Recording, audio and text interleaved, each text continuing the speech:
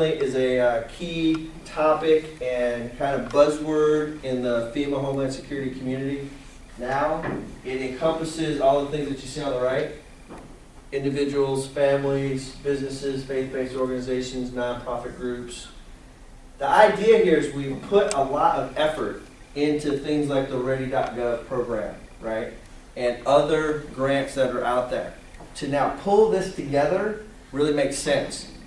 12 years post 9/11 in terms of looking at hazards and risks, because there's been a lot of work that's been done with like the CST, for example, and some of the other programs that are out there. Nonprofit groups have been after this thing for a while. Hospitals have been after it for a while. And now to really approach hazards from a whole community perspective, I think makes a lot of sense.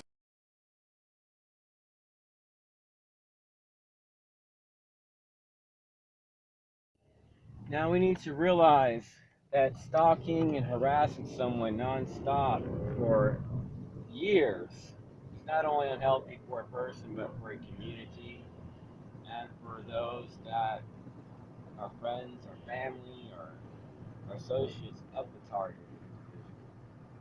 Targeting is done to make someone sick.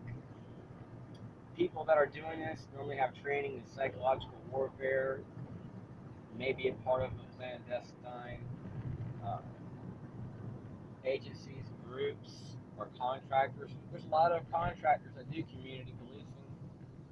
GS4, I think Pinkerton. There's a bunch of other groups that get paid by our government to do excuse me, community policing.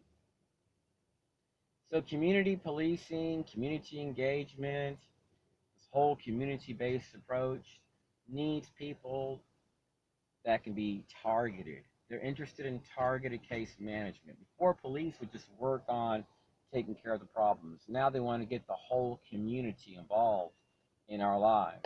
It's groups like FEMA. And what happens is that anytime you start getting a bunch of homeowners and people that can go to work and rent and date, they start to look down on those that can't. And I've looked at the IQs of some of these people, not the smartest bunch in the world, in some of these groups in a local area.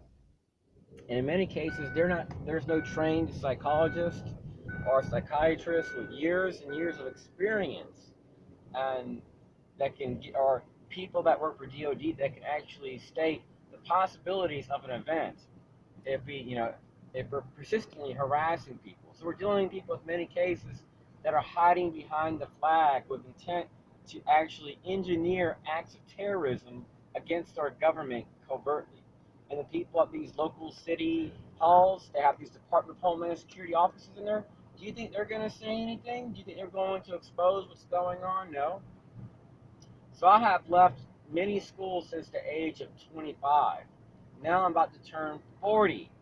Since the age of 26, I've been trying to go to a school without experiencing a bunch of harassment. And what I always notice is that these people always have ties to like FEMA, United States Army, and I'm being harassed even on the job. And look at my video called Gang Stalking in the United States of America. You'll notice there's a clip in there where you see these two people wearing black shirts, and I was leaving HEB, I was buying groceries. This was nonstop. Every time I bought groceries, I was being stalked and harassed by people that would wear black and white clothing. That sometimes would sit next to my car, park next to my car. They wouldn't get out of their vehicles, and they would be the only vehicle in the whole place sitting there. And they would drive off when I drive off. I'm being harassed at doctor's appointments. What's the coincidence of this, people? So the people doing this to me are seeking attention. They're not only seeking attention, they're trying to cause me financial harm. They're trying to prevent me from being able to date. They're trying to be able to prevent me from being able to raise a family and live a harassment-free life. How am I going to be able to date when I got citizens pouring a bunch of trash following me around everywhere I'm going to harass me? I have to leave this country. And the sad thing about it is that all my videos pretty much show clandestine agencies, their logos, the FBI and U.S. Army, and people within the Citizens Corps, Neighborhood Watch. I mean, this is sick. This is totally sick.